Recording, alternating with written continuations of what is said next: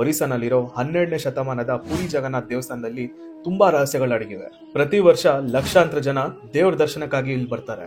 ಆದ್ರೆ ಇಷ್ಟಕ್ಕೆ ಮುಗಿಯಲ್ಲ. ದೇವಸ್ಥಾನದ ಗೋಪುರದ ಮೇಲಿರೋ ಬಾವುಟ ಗಾಳಿಯ ಆಪೋಸಿಟ್ ಡೈರೆಕ್ಷನ್ ಅಲ್ಲಿ ಆಡ್ತಾ ಇರತ್ತೆ. ನಂಬೋದ್ ಕಷ್ಟ ಅಂತ ಗೊತ್ತು, ಆದ್ರೆ ಇದೇ ನಿಜ. ಪ್ರತಿದಿನ ಸಂಜೆ ಚೋಳ ಕುಟುಂಬದಿಂದ ಬಾಲ್ಯದಿಂದಲೇ ತರಬೇತಿ ಪಡೆದ ಇಬ್ರು ಸಹಾಯನೇ ಇಲ್ಲದೆ 214 ಅಡಿಯ ಗೋಪುರ ನೇರಿ ಬಾವುಟ ಕಟ್ಟು ಬರ್ತಾರೆ. ಮತ್ತೆ ಒಂದಿನ ಬಾವುಟ ಕಟ್ಟದೇ ಇದ್ರು 18 ವರ್ಷ ತನಕ ದೇವಸ್ಥಾನ ಗರ್ಭಗುಡಿನ ಮುಚ್ಚಬೇಕಾಗತ್ತೆ. ಈ ಸಂಪ್ರದಾಯ 1800 ವರ್ಷದಿಂದ ನಡೀತಾ ಬರ್ತಾ ಇದೆ. ನೀವು ಡೇ ಟೈಮ್ ಅಲ್ಲಿ ಯಾವಾಗ ಬೇಕಾನ ಆ ದೇವಸ್ಥಾನ ವಿಸಿಟ್ ಮಾಡಿ ನೋಡಿ.